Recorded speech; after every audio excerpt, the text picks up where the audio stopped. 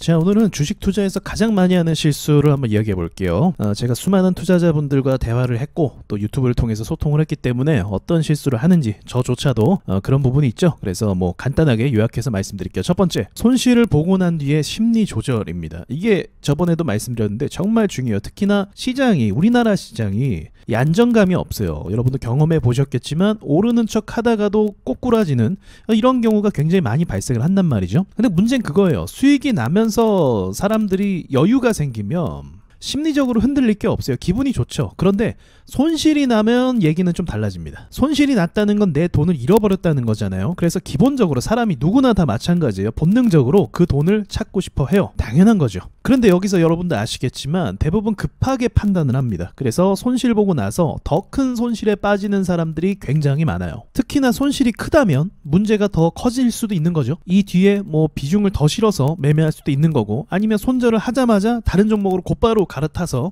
또 고점에서 잡아서 다시 내려가는 이런 불상사가 자주 일어나기 때문에 그런 거죠. 그래서 저 역시도 마찬가지예요. 손실을 좋아하는 사람은 아무도 없어요. 근데 저 역시도 손실이 났을 때 이제 몸에 밴 거죠. 저 같은 경우는 손실이 나면 자연스럽게 이 다음에 내가 어떻게 해야겠다 스스로 절제를 하게 됩니다. 왜냐면 이것도 반복을 하다 보니까 이제는 제가 어떤 판단을 내릴지, 어떤 본능에 따라갈지 그것을 알게 됐다는 거죠. 이제 그런 실수가 몸에 각인이 됐기 때문에 더 이상 실수를 하지 않게 되는, 그래서 경험이 중요하게 되는 거죠. 그래서 여러분 이걸 꼭 기억하세요. 손실을 보고 나서 그 뒤에 심리 조절을 꼭 하셔야 됩니다. 이 손실이 더 누적이 되잖아요. 만약에 손실이 한 번 났어요.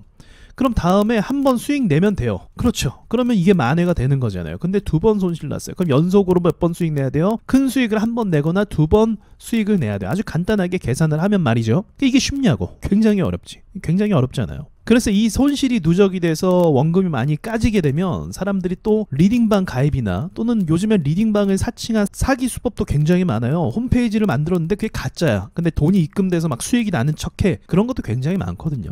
그래서 이런 손실을 하고 나서 사람이 사기를 또 당하는 경우가 굉장히 많아요.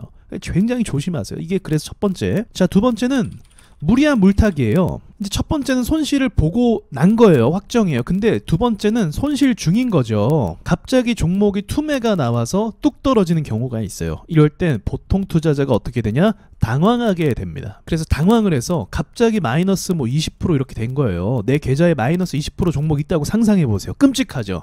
이럴 때 또 실수를 많이 하게 됩니다. 그래서 평단을 낮춰서 야, 마이너스 10% 만들어야겠다, 이런 식으로 평단을 낮추게 되는 거죠. 평단을 낮추는 건 나쁜 게 아니에요. 근데 전략적으로 해야 되는 거죠. 지지선을 잽싸게 체크를 해서 이 정도 가격까지는 떨어지지 않을까, 이렇게 침착하게 대응을 해도 이게 될까 말까요, 사실은. 그런데 물타기를 하는 순간 비중이 커지게 되고 손실이 여기서 마이너스 5%가 또 떨어지면 어떻게 되는 거예요? 기존에 물 탔던 거에서 마이너스 10%가 또 떨어지는 격이 되는 거죠. 물을 더 많이 탄 거니까. 그래서 잘하다가도 막 3번 잘하고 4번 잘하고 5번 잘하다가도 이 무리한 물타기 한 번으로 그 모든 걸 다 한 방에 날리는 경우가 있어요. 돈을 잘 벌다가도 비중이 커져서 비중 조절을 못해서 손절을 했으면 되는데 그걸 못해서 물타기 실수로 망하는 경우가 굉장히 많습니다. 그래서 물타기는 제가 항상 말씀드리는 게 어지간하면 하지 마라. 정말 매매 기법이, 전략이 확실해요. 이렇게 하는 게 맞아. 그런 경우에 해도 되죠. 전략이 있고 통계가 있으니까. 근데 다른 특이한 경우에는, 특별한 경우가 아니면 물타기는 기본적으로 안 한다고 생각하시는 게 좋아요. 만약 한다면 시장이 크게 하락을 해서 지지선까지 온 거예요. 그럼 이거는 물타기를 해도 괜찮아요. 왜냐면 아주 특별한 이벤트와 같은 거잖아요. 지지선까지 빨리 도달을 했으니까. 이럴 때는 탈출할 수 있어요. 저도 그렇게 탈출한 경우가 꽤 많이 있고요.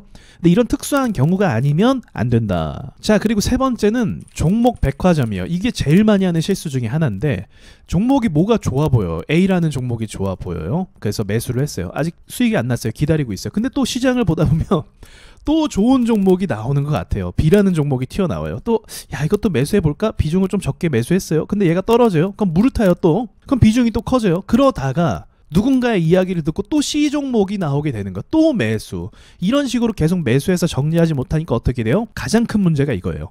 시장이 하락을 하잖아요. 그럼 이 종목 모두가 다 마이너스가 돼버리는 거지. 이게 제일 비참한 결과예요. 가장 많이 경험하는 결과기도 하고.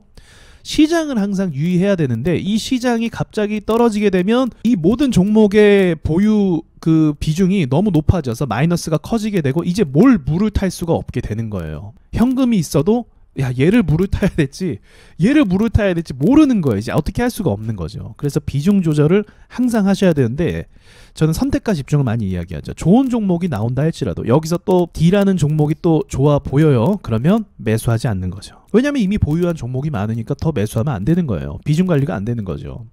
내가 가지고 있는 현금은 한계가 있고 이러다 보니까 물을 타고 싶어서 어떻게 돼요?